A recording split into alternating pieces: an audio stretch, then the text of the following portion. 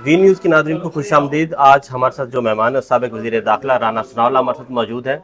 राना साहब, आप लोगों का एक बयानिया था जिसके ऊपर वोट को इज्जत दो के ऊपर आप लोगों ने 3.5 साल कंपेन भी की कि जिनके जनरल बाजवा को आप लोग तनकीद का निशाना बनाते रहे, जनरल फैद को तनकीद का निशाना बनाते रहे। अभी भी आप लोग का वही बयानिया है या आप लोगों ने अब सोचा है कि ये मुफाहमत का रास्ता इख्तियार किया जाए? नहीं, हमारा जो वोट को इज़्ज़त दो और इस्टेब्लिशमेंट का जो किरदार जिसने पाकिस्तान को 2017 में ऐसी सूरत हाल से दो चार किया जिसका अल्टीमेट नतीजा जो है वो आज हमारे सामने है कि पाकिस्तान मुआशी तौर पे, सियासी तौर पे जो है वो इंतहाई एक मुश्किल सूरत हाल या बहरान का शिकार है। तो हमारी वो सोच, हमारा वो मौक़िफ़ जो है वो अपनी जगह पे कायम है। लेकिन मामला ये है कि एक ऐसी सूरत हाल में कि जब मुल्क जो है वो मुआशी तौर पे जो है वो डूब रहा हो, तो ऐसा तो नहीं हो सकता कि हम अपना कोई ज़ाती रिवेंज जो है वो उसको तरजीह दें और मुल्क को जो है वो उसकी सूरत हाल को बेहतर करने से मुतल्लक जो है वो मामला जो है उसको पीछे डाल दें। ऐसा नहीं हो सकता। इस वक्त पाकिस्तान हमारी अव्वलीन तरजीह है। आम आदमी की ज़िंदगी को आसान करना हमारी जदोजहद का महवर है।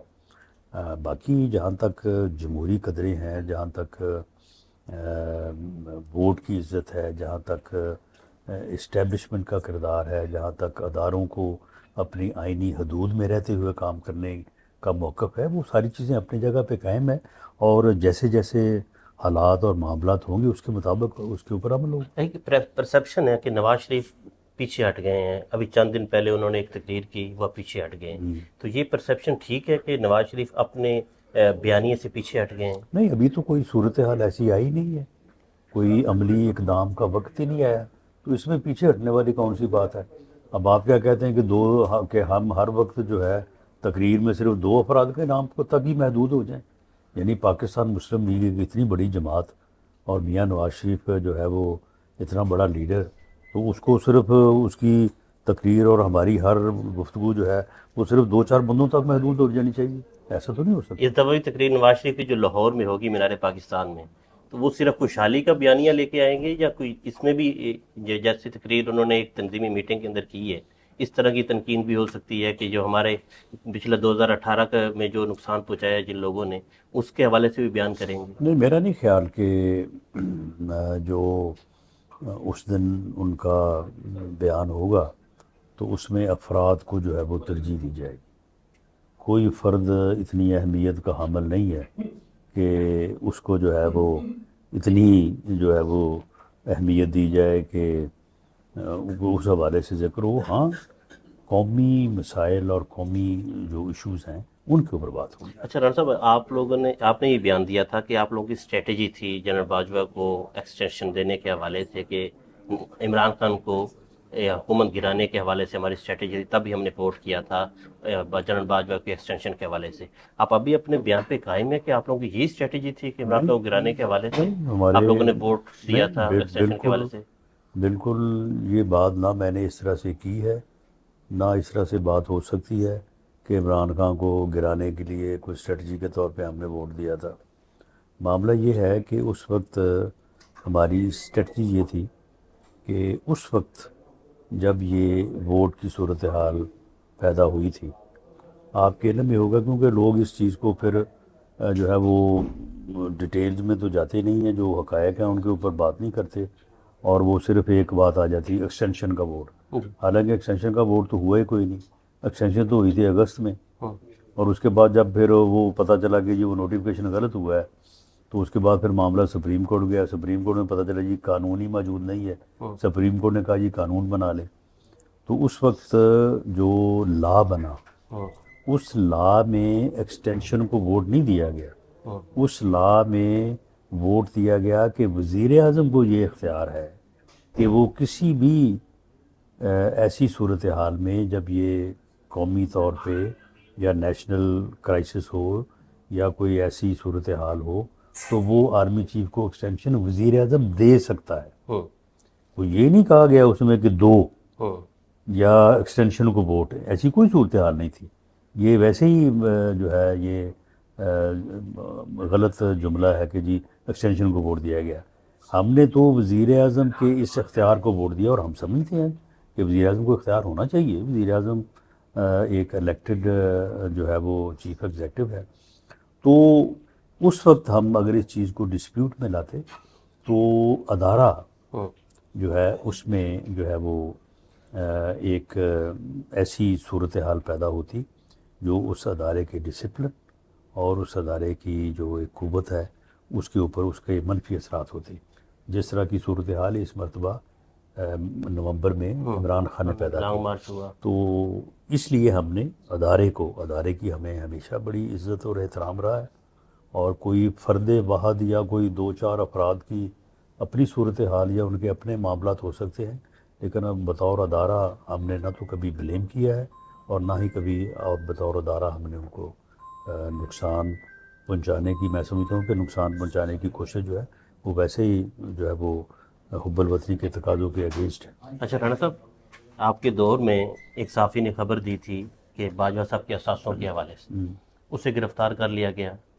जब इस तरह की खबरें आती हैं कि एक असासे बनाए गए, उनकी जायदादें हैं, ये बाहर हैं, तो उन्हें गिरफ़्तार कर लिया गया। अब आप लोग किस तरह लोगों को बताएंगे कि हमने तो जो साफ़ियों ने खबर दी और जिस FBI के लोगों ने उन्हें खबर दी उससे आप लोगों ने गिरफ़्तार, उन्हें निकाल दिया, FBI की नौकरी से निकाल दिया, उन्हें गिरफ़्तार कर लिया। इसको क्या आपको वो खबर जेन्युइन लगी? नहीं, वो खबर गलत थी असासों के मुतालिक, जो जनरल बाजवा के असासों के हवाले से। बिल्कुल वो खबर गलत थी और यानी एक स्कैंडल्स थी। तो स्कैंडल्स जो है वो बनाने की तो किसी को इजाज़त नहीं होनी चाहिए, और अगर कोई बनाता है तो उसके खिलाफ कानून के मुताबिक कार्रवाई होनी चाहिए। अच्छा, वो खबर आपके मुताबिक बिल्कुल ठीक नहीं थी, उसमें असासों के हवाले से गलत बयानी की गई थी। अच्छा, इससे पहले जो पापा जॉन्स की स्टोरी आई थी उस वक्त PMLN ने बयानिया बनाया था कि पापा जॉन्स की जो खबर है उसी साफ़ी की तरफ से दी गई थी। उस वक्त कहा था कि पापा जॉन्स जो है इसके जो असासे हैं ये बनाए गए हैं, ये इलीगल बनाए गए हैं। तो उस पर वज़ीर आज़म इमरान खान ने कहा था ये मैंने चेक कर लिए, इनके में कोई गड़बड़ नज़र नहीं आई। तो उस वक्त वो ठीक था, पापा जॉन्स की स्टोरी ठीक थी।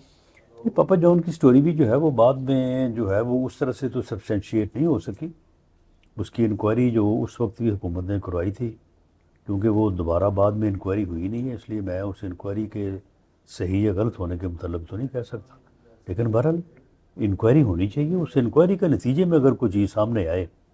वरना यहाँ पे तो आपको पता ही है कि लोग जब झूठ बोलने पे आते हैं तो ये फ़वाद चौधरी साहब, आपको पता है एक ज़माने में जो है वो 3000 अरब रुपए की बात किया करते थे कि 3000 अरब रुपए जो है वो PMLN की क़यादत जो है वो बक्से में डाल के ले गई है। तो वो फिर कहाँ गई बाद में बातें।